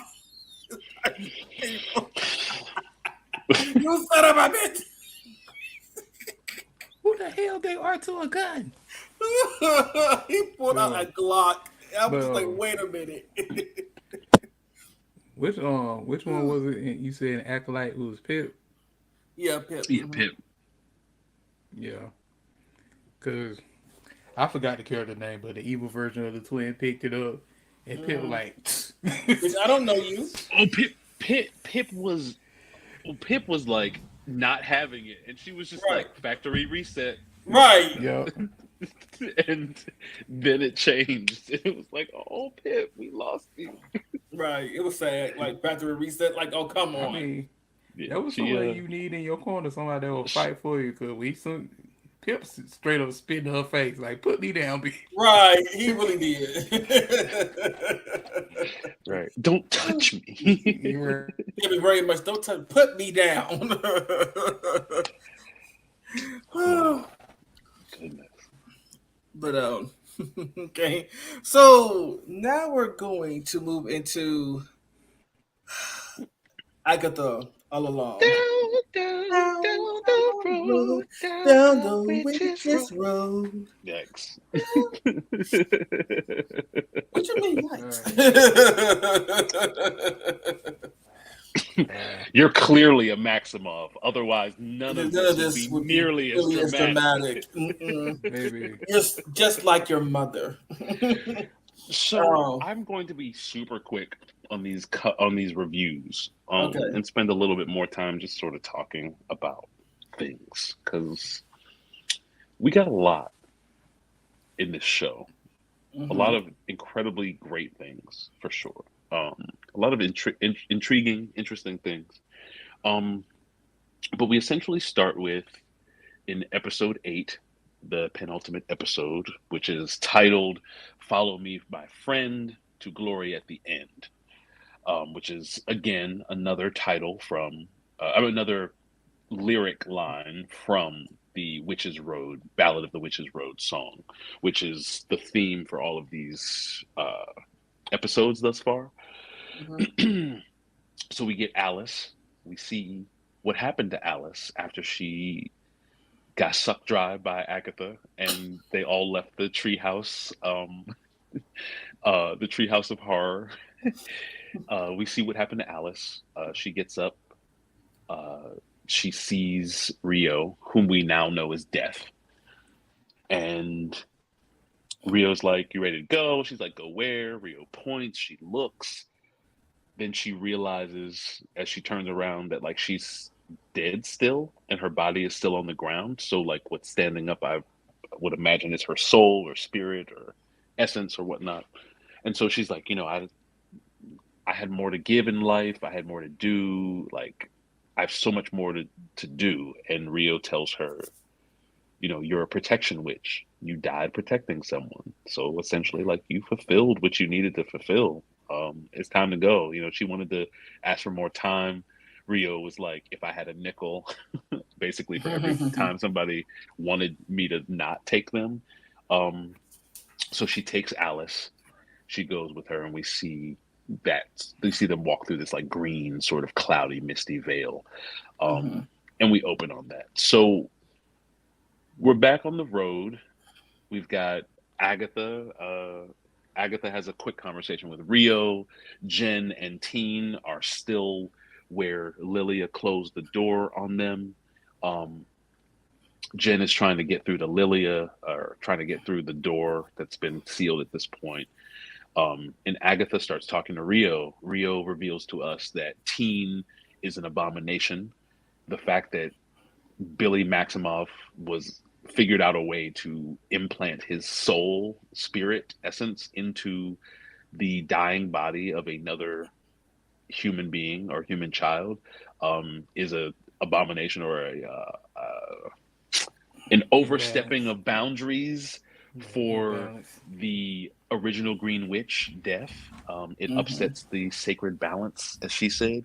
And so, but she can't actually just take him herself, because if she kills him, then his spirit will reincarnate and she won't be able to find him again. So essentially, now that she has him, she has to find a way to get him to give himself over. And Agatha agrees to try and help her do that, only under the cost of, like, she doesn't want to see Rio anymore. She doesn't want Rio to come for her. Like, this is very X-coded, like, breakup conversation. Like, delete my number, delete me out of your life, mute me, block me on Facebook, all that stuff. Agatha's like, when I die a long time from now, I don't want to see your face. I want you to stop pursuing me. I want you to stop making my life hell, etc. Rio agrees to it. Agatha joins back up with Teen and Jen. And Agatha's like, okay, let's just do this next trial. Let's do it. We're going to have spectacle. We're going to have this. She trips. realizes she's tripped over the shoes that they took off at the beginning of the road. Now realizing that the road is goes in a circle, and they're back at the beginning. Doesn't look like there's another trial anywhere in sight, and so she's clearly mad, and so she starts snapping at literally everyone around her. And so Teen decides that he's also kind of mad, and he's like, well, we took our shoes off out of respect for the road, so screw the road. Puts the shoes on. Darkness.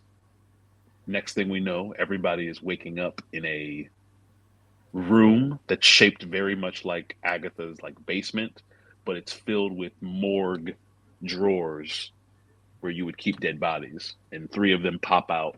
Each one of them comes out of body bags. And it seems like they have now been put into like a final trial, so to speak, but the final trial being an Earth trial. And since Rio is no longer a part of their group, because she decided to like, go do her day job of being death, they're sort of in this Earth trial without an Earth witch. And so above them are lights, grow lights, and they still have their personal affects and all these other things. So they're basically trying to figure out how to get out of this room, how to finish this trial like they've been. Like we've said in other episodes, the trials are very much like witchy escape rooms, like witch-coded escape rooms. And so they're trying to figure out how to get out of it. In that talk, we come to find out that Jen, who was bound... Yeah, go ahead. Oh, I was going. No, keep going. Never mind. Keep going. Okay. Sorry. In that room, we find out that Jen, who was bound for like the last 100 years, her power had been bound. We find out that Agatha and her were in Boston around the same time as when she got bound, and they realized that Agatha was the one who bound her. Okay. And sorry. I do have that I thought was very powerful. I do have the clip of her unbinding herself. Right, but that's not right now because I was going to go over. Okay. Sorry. Surprises ahead of time. Okay. So Jen performs or snatches a piece of Agatha's hair, binds her wrists and stuff. Agatha's like trying to figure out what's going on. Teen realizes and says, she's doing the unbinding ritual to try and get her power back. If you want to show the clip now, you can. Oh! Oh, God! Jen, that is my hair! Why are you doing this, right? Look at where we are! Jen! The unbinding ritual. I deny your power over me. Oh, atta girl. Good for you. Agatha! You hold nothing. Say it like you mean it, though, Jen. You hold nothing. Yeah. Well. You hold nothing. You hold nothing. You hold nothing. You hold nothing. You hold nothing. You hold nothing. You hold nothing. You hold nothing. You hold nothing. You hold nothing.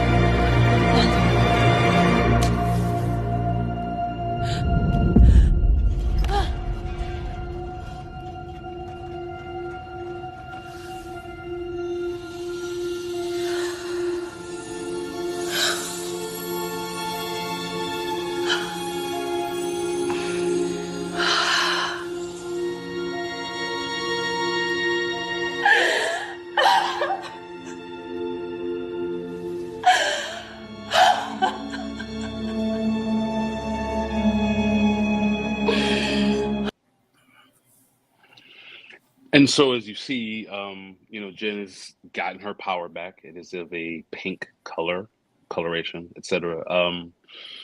And as a result of doing the unbinding ritual, she is set free, or she disappears. And at the time, we don't necessarily know what's going on. Agatha suggests that the road has given her what she was looking for, and so she was able to escape, essentially. Mm-hmm. Yeah. Teen, they try to figure out ways to get themselves out. Agatha's like, well, I'll give me my power or hit me with your power. I'll take it.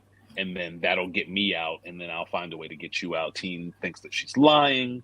And then she decides to pivot and give him something that he's looking for, which is finding Tommy. So she helps him find Tommy, or at least find his soul. And Billy ends up finding a boy who's about to die, a boy who's about to be drowned because of some kid's pranks or whatever. And he says that the kid is all alone. He has nobody. And he essentially finds a home for his twin brother's soul in this boy who's about to die. Once he does that, he disappears and Agatha's left. Although once he does that, he leaves, and when he disappears, the floor cracks, which sort of exposes the earth underneath. So Agatha is running out of time. The lights are counting down. She looks at the locket that she's always kept with her that has like a lock of her son's hair in it, essentially. And as she's looking at that, she realizes that there was also a dandelion sprout seed that was also in that thing, like attached to the hair in the locket too. And so she has an idea to give it some moisture and bury it in the ground to try and complete the earth trial by having something grow out of death, have a plant grow out of this morgue that didn't have any earth to begin with in it. She succeeds in that. And so she stands up, the lights come back on. We think everything's good again, but it starts collapsing. The ceiling starts collapsing on her. So she runs to the door, let me out, let me out. I passed your trial. I did what you asked me to. Finally, the door is open and she comes out of her storm cellar of the house that she was living in during WandaVision and during, of course, the beginning of Agatha. She comes out of the storm cellar to realize, like, the sky's super green, Rio's on top. Rio feels like she betrayed her in the deal they made earlier about teens. So now she's like, I'm taking you. So they start fighting a little bit. Agatha uses a few of the spells from her coven, essentially. Like there's a moment where she uses the protection spell from Alice. She uses the information that Lilia gave her about when she calls you a coward, hit the deck. She even takes some water and tries to do what Jen did to heal Teen. With the moonlight and the water and the spell that she did to heal him. She tries to do all of those things, which I thought was a nice little nod. But Rio sort of ties her up with vines, puts her in a precarious position before the final blow is struck. Some weird lighting shit starts going on. Rio looks around, can't really figure out what it is. She gets thrown away. And then we see Teen, or Billy Maximoff / Wiccan, fully actualized in his outfit. That was kind of cool. Weird, but cool. So he comes and helps Agatha. They're trying to fight death. It doesn't really work. Agatha says it's futile. She says it should be her. They have a nice touching moment where, like, Agatha says to Billy, "You're not bad." He's like, "You're not either." She's like, "You're the only one who thinks so." And then Billy sacrifices himself or puts himself forward. I'll go with you, to Rio. Leave Agatha alone. Agatha goes with that. Starts to leave. At first, I thought she was playing around. Like she was trying to fake her out to come back and do something. Yeah. But no, she was actually about to leave. And then Billy used his telepathy and was like, Agatha, I know you can hear me. Come back is up. this what you did with your son all those years ago? And Agatha was like, why did my son gotta catch those strays like that? And so she had a change of heart, came back around, and made out with Death. And in making out with Death, I assume she was trying to also take her power, because Death did say in the first episode, whichever one, she said, "You can take my power," and Agatha was like, "No, if I take your power, I'll die." And so I think that's what she was doing when she was kissing her, is that she was trying to take her power, why we saw the black veins sort of go across her face and stuff like that. And so Agatha ends up sacrificing herself to save Teen. Beautiful little flowers come over her grave. Death is standing there staring at her. Teen picks up her brooch and looks at Death. Very, very good work, by the way, on the way that Death looked. I enjoyed that. Yes. And Death is like, "You may go." And so Teen goes back home, takes a shower, and then goes to his room and starts looking around his room and realizing that, like, the entire time, the Witch's Road was real, but it was because he created it, not because it actually existed beforehand, which was a nice, cool reveal. I think a lot of us sort of suspected that that was the case, but as a really cool thing with this show is, like, even the things we expected to happen were still revealed and executed to us in a way that was pleasant and, like, fulfilling. You know, it's like we knew Teen was Billy Maximoff, or Billy, at least Billy Kaplan. But, like, we knew that Teen was Billy Maximoff. Still, the way they revealed it to us, great. Yes. You know, we knew that certain things were going to happen, but they still kept sort of they still kept revealing it to us in ways that were satisfying, right? And so he realized that it was him. We hear a cackle from behind him. He turns, screams and startles, credits, right? So that's the second to the last episode. The last episode, we realized that Agatha did die. She did. And she turned into a ghost. But we get in the beginning a quick sort of backstory fill-in about how exactly her son came to be. So Jen had said something earlier in the series about there are rumors that she sacrificed her son for the Darkhold, for the Book of the Damned, essentially. And so we thought that that's what Agatha was. We find out that what happened was she was pregnant and her son was supposed to be stillborn and die before he ever came out of her. And she begged Death at the time, who was her lover at the time, was her lover then. She begged her to give her more time. And Death agreed, but didn't tell her how much more time. And so she ended up living for 6 years and some change with her son, never knowing when Death was going to come for him. And then we also find out that in that time, they created the Witch's Road song. The son came up with, like, the original part, and then they rewrote aspects of it together into the full song, which they then used to lure in witches, which is what Agatha had been doing this whole time. Agatha all along had been luring in witches to steal their power, drain them dry, kill them, and move on, right? Which, to what Jen said about the corpses, makes sense about how she and Death met to be able to be a couple to begin with. It's like Agatha kept killing groups of people and Death kept showing up. So basically meet, like, what brings you here? that pickup line, like, so you come here often, type of thing. And so we learn that not only was she still killing witches, but she was also using her son to do it. And her son obviously did not really want to. And so we had the night where Rio came and picked him up. Agatha was devastated. She buried him. She sang part of the song at the end. And we see a witch, like, invade that space, that private space where she's mourning, and ask her about the road. She sees it as an opportunity to continue. And then we see a montage of her singing the Witch's Road song, and through the eras, just pulling different groups and covens of witches and killing them over and over and over again. And so we get that. Teen tries to kill Agatha.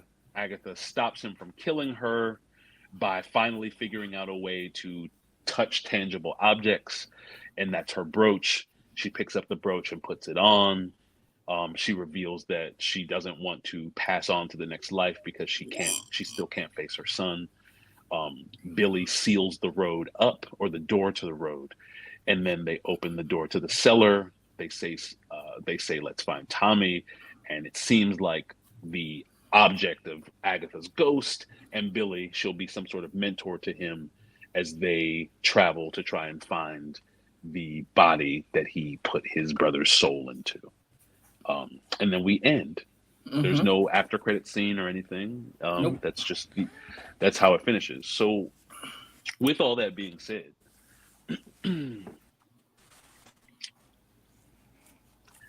how did y'all feel about it? How did y'all feel about the 2-episode finale? Anyone can start. I mean, James. I was shocked. Like I say, of course we had our, theories and stuff about the role being beat up. But the way they executed it was perfect. They executed it perfect. The ending was perfect for me. Love Jen's storyline all the way through. Especially after the whole situation with the 7th episode. And the big growth from that to her getting unbound and seeing her fly off free as a bird. Yeah. With the Westview sign in the back, which probably, of course, has meaning. Right, because she flew off the same way Scarlet Witch did. Like, okay, bye, y'all. Right.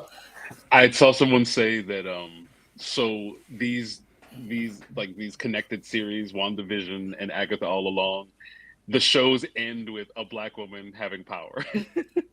Word. Like Monica and Jen from this one. They're just like, yeah, this is good. The Vision one, the next one has to have the same thing. We need to find a black woman, and we need to give her some power by the And what was so funny, because with the whole scene with Teen, Agatha, and Death, the people in the neighborhood like, is it happening again? Right, yes. Not again. And this teen that's walking out the house so calm, got scratches, beat up. He and put then his walking out coat there and put his hood on like his mama. Right, they didn't say nothing. They didn't say nothing. nothing. And I'm just like, well, what? Y'all don't want to say anything anymore. I like the moment, but it was hilarious to watch Teen in his full suit just hop into like his car and drive away. Yeah, hop in his little Kia Soul and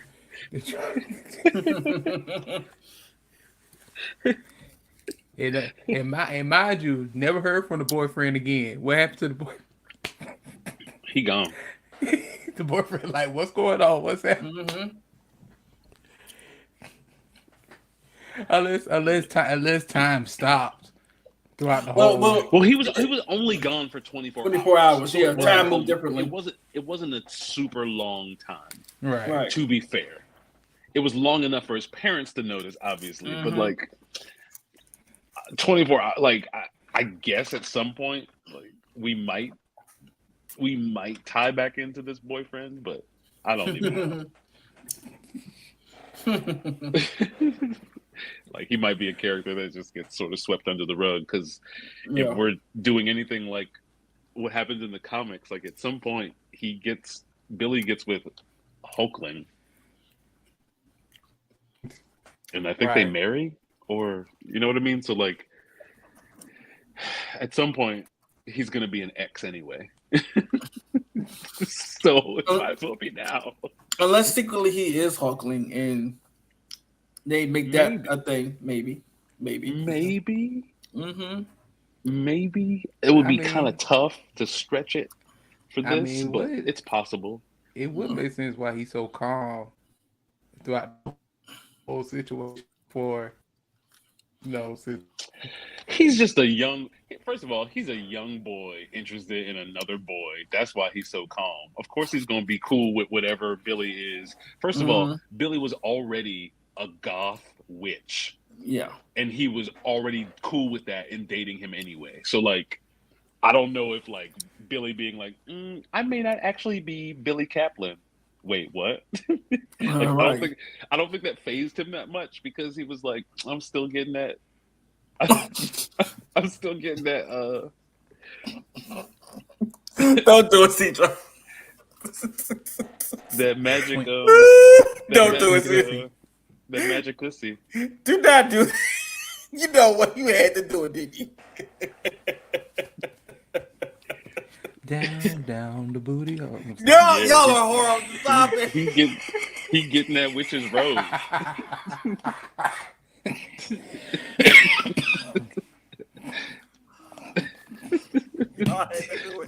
Y'all had to go there. Right. I mean, he told him, he was like, I don't think I'm who you think I am. And he was just like, oh, well, then who are you? Like, he was really chill. Like, my thing is... He really was, though. I think he was just already... Like, I think he was already chill. I do think that there's an element of maybe he could also be weird or special in some way. But he felt like a regular person that just happened to be cool. And I'm fine with him, you know, them getting like a quick little breakup scene the next time we see Billy, and him moving on to bigger and better things, literally. Right.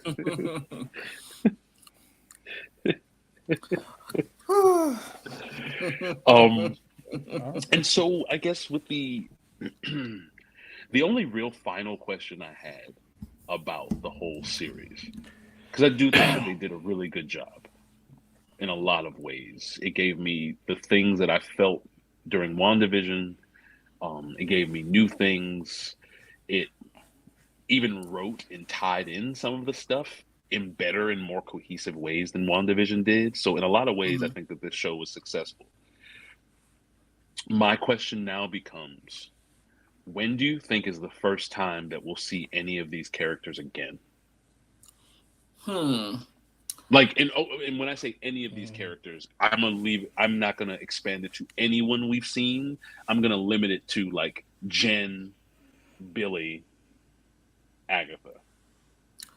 I believe we will see Jen again in the Midnight Suns, if that's still on their slate to be made, or still in the idea stage to be made. I think so, because in the comics she is part of the Midnight Suns. Or I think Vision Quest is a little too soon to see her again, so I'm not gonna say that. As far as Agatha and Wiccan, I think we'll see them the next time. Finding Tommy. So it might be a show called Wiccan and Speed.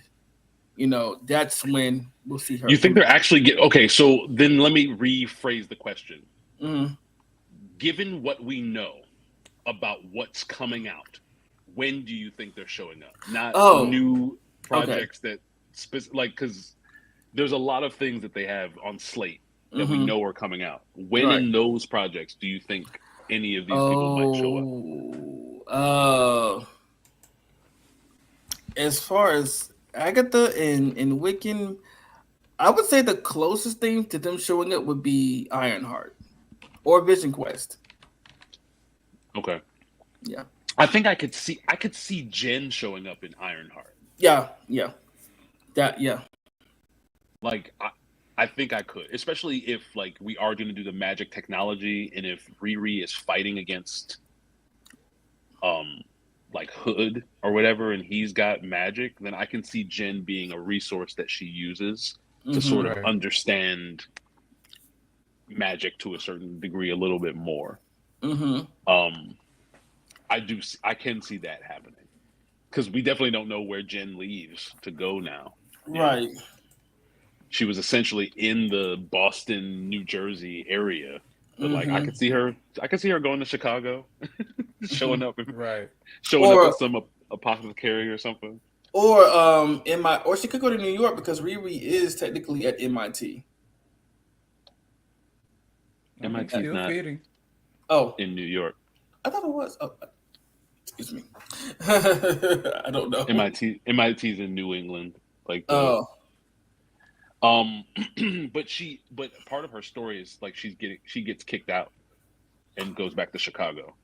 Part of the story for Ironheart is that she gets kicked out of MIT because of the fact that I think it's either because she's been using without sanction school stuff to make her stuff from, or it's because we saw her like basically like selling people information for money.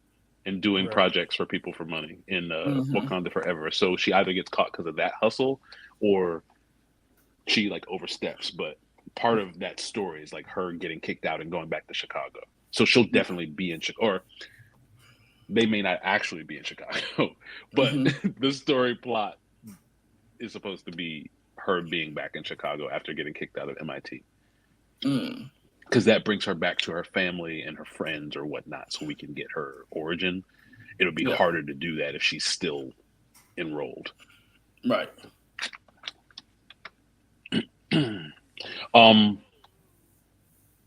So I guess I'll throw this in. Do you think Vision Quest, or whatever this Vision series will be called, do you think that will involve finding Wanda, or do you think it will be like not railroaded, but sort of usurped by the search for Tommy, and then maybe lead into like we get WandaVision, Agatha all along, Vision Quest, 3 series that all lead into like a Scarlet Witch movie? Because there is sort of a Scarlet Witch movie still being like whispered about in the background in a way that feels more serious than just a rumor. And so I feel like if that's the case, will the Vision show actually be finding her, or will he set out to do that, but then end up finding Tommy, Billy, Agatha, and then maybe they get a hint as to where she is, and then the movie is like that plus. Yeah, that was about to say.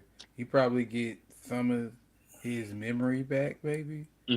Or he getting like flashes of 2 boys that he want. He's just wondering why I'm keep getting these flashes of these 2 boys. Why? Like, what's the meaning of this? Probably be searching for that. Yeah, I am interested, especially because he doesn't really have. What's the best way to describe it? It's like he doesn't have the same memories as Hex Vision. Like only Hex Vision knows about the boys. White Vision's memories aren't of the boys. White Vision's memories that he gained back was everything before Vision got killed by Thanos. Yeah. Like White Vision was not a part of the Hex and didn't have that experience of knowing about the boys. And Hex Vision did not give that to him when he unlocked the memories that were like hidden away from him. Just to be clear. So it's like, I'm interested to know like how he will come into that family. Like how he will understand his place in that family. Because it was almost like they're still they're very separate entities. Like they're not quite the same thing, but even though they are in ways. Didn't he say like he's in pieces or something? I mean, yeah, there's elements of that for sure. But he was like, I have no memory, and Hex Vision told him, he was like, no, you still have the memories. They're just being kept from you. And so then he unlocked that, and then he just left. He was like, I am Vision, and then leaves. And that was like 4 years ago. Yeah. In like real our time. Like that was like 4 years ago. So we kind of need to know where that nigga's at. Like, because he's been MIA for a while. I'm interested. Now, I would also be kind of interested if this Vision thing brings in characters from things that aren't getting anything else. So, like, if somehow this ties into, like, maybe an Eternal shows up, or because we don't know where he went. Like, he could have gone anywhere. He could be anywhere on Earth. He could be anywhere in, like, the galaxy at this point, the universe. Like, we don't know where he flew off to. So I am interested to see how they do that, because so far with WandaVision and Agatha, they've done a really good job of making these stories mean something and also tying them into the larger universe in ways that are clever and feel right. You know, like when the Right. pieces fell into place in Agatha All Along, I didn't feel like, oh, this doesn't make sense, or this feel like I was like, Right. oh yeah, like, Yeah. and it's It hard really. to do that, Yeah, it is. especially in a universe where like everything is set up and sort of already together to keep Mm-hmm. interweaving things into that. It's just really some really good, clever writing. So, final question, and then I'm absolutely done. What do you give the series rating out of 10? 10 Hexenbessons out of 10 broomsticks. What do you give Agatha All Along? How many broomsticks? I give her 10 and is it 9? No, 10 and a half. 10 and a half out of 10. Okay. All right, James. I give it a 9.5 out of 10. Okay. Because, Go ahead. I'm about to say, because the way they wrapped up, Yeah. it was almost perfect in my eyes. Yeah. Yeah, it was also really nice. I also love the fact that they basically gave us like the real finale / climax in the second to last episode, and the last episode was like an epilogue. Mm-hmm. Right. More so than it was like a final chapter or like a true climax. And I like that switch up. Right. Because it still shows me that they're still trying to be creative with the ways that they give us shows. Right. I'll also say that a lot of things, excuse me, a lot of things in this show happened earlier than I thought they would ever happen, in ways that made me not know what was coming next. So, like the reveal of Billy with the crown in episode, what was it, 4? Mm-hmm. 6. 6. It was 6. Okay. The headband was before. Yeah, that's what I'm talking about. The crown. Yeah, when you got the crown headband. showed up. Was that 4 or 5?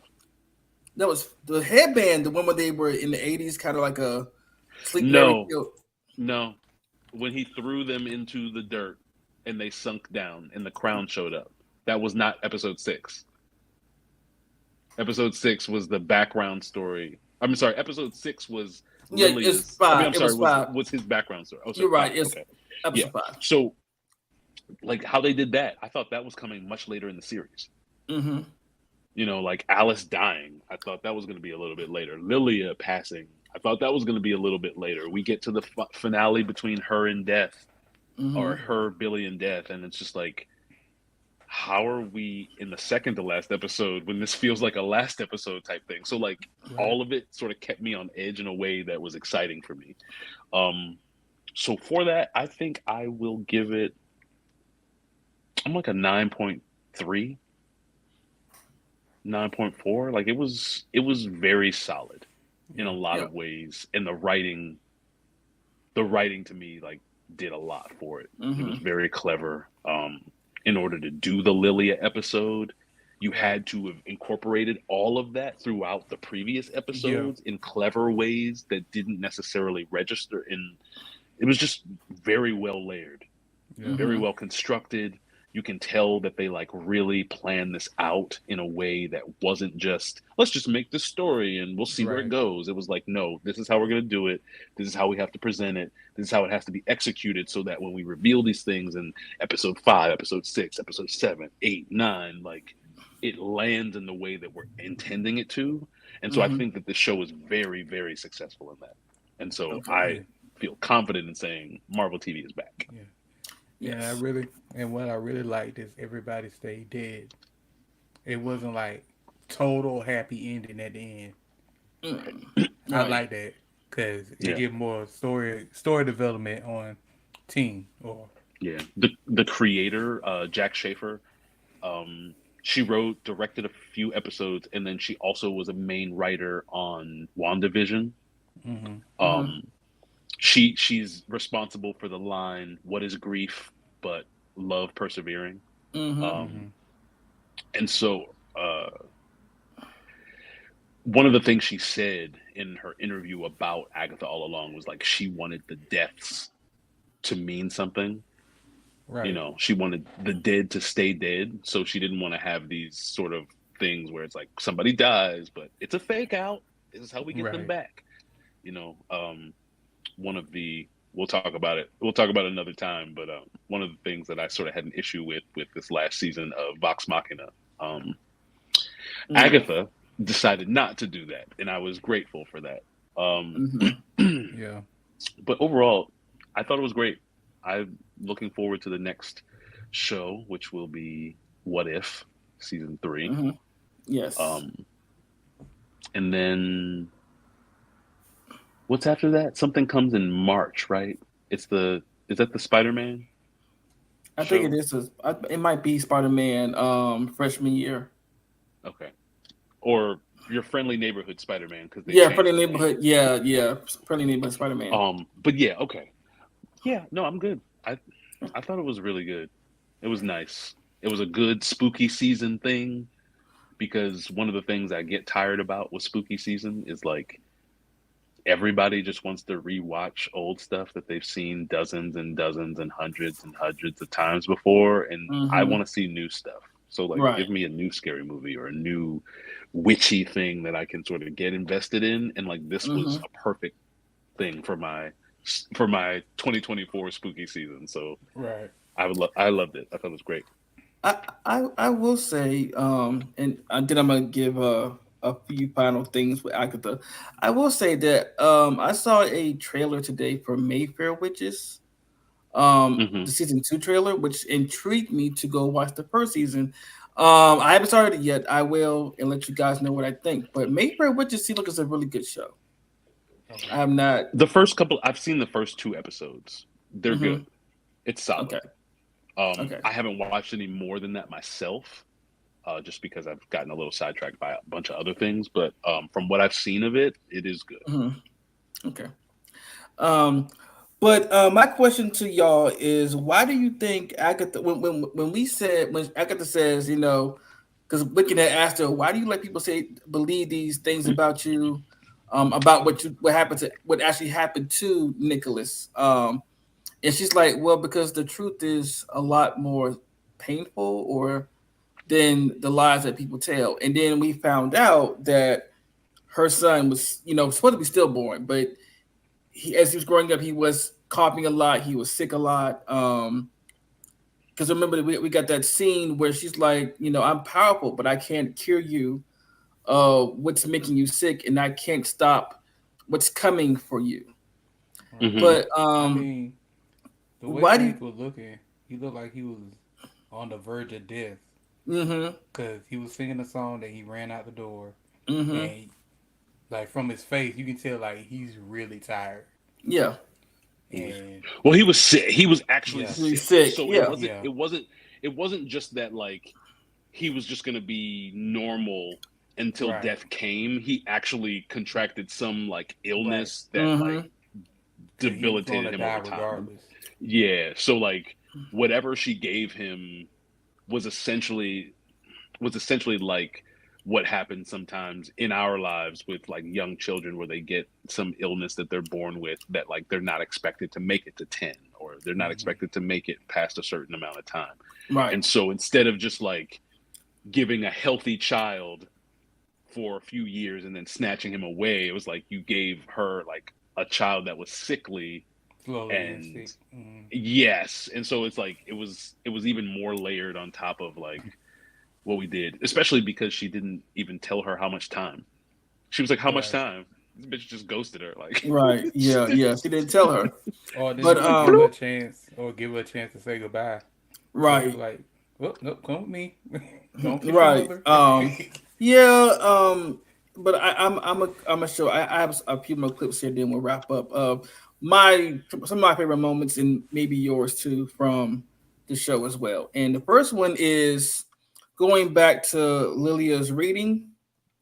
So here we go. Empathetic, intuitive, inner voice to be trusted. What's missing? Right. So what do you want us to see about this reading? Community, singular voices waiting to harmonize. I just wanted some clips from the show that were really my favorites, and also people talked about a lot. They were like big points in the show. For the fire. I don't want to. Fights bravely. leave. Gotcha. Okay. The path ahead. High Priestess. Immense spiritual power, unable or unwilling to use it. Obstacles. 3 of Swords. Heartbreak, sorrow, grief. The windfall. Tower reversed. Disaster, destruction, sudden upheaval, but reversed. It means miraculous transformation. And finally, the destination. Who is that? Rio is.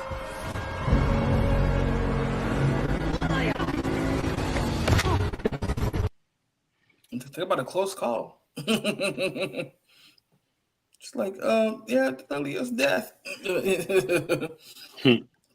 And also we have a clip here of Agatha using the witch's road to. No, before we get to that one, we do have a scene that this was sad of Rio taking Nicholas. But all right, Cedro. All right, guys. It has been great. All right.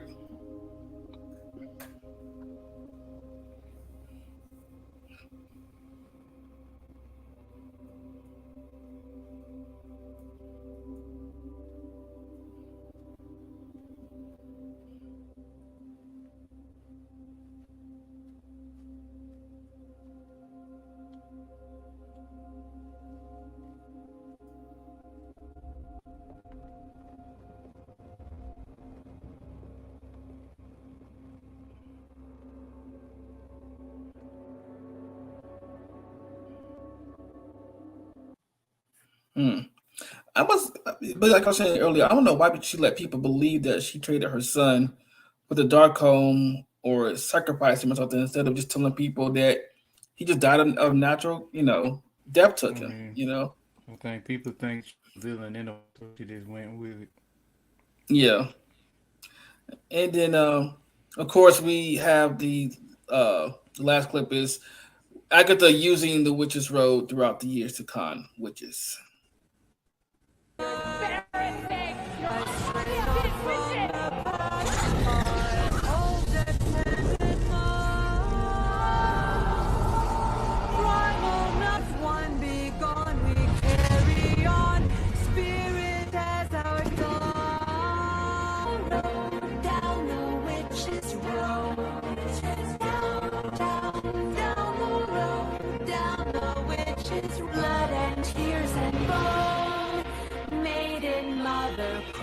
Wild and wicked, winding through the wood. All that's bad is good. Through many miles of tricks and traps, the wonder high and low. The time has come to go. Down, down, down the road, down the witch's road, down the witch's road. Follow me, my friend, to glory and the end.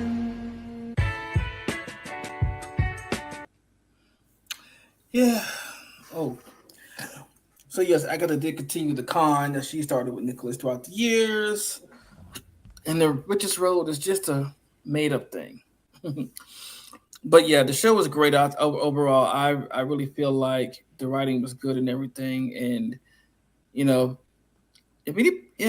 this is one of Marvel's better projects, but it's also showing you that Marvel is taking a lot of their own criticism, and I think the criticism of the fans, and being like, you know what, we back. We really honed in on what to do.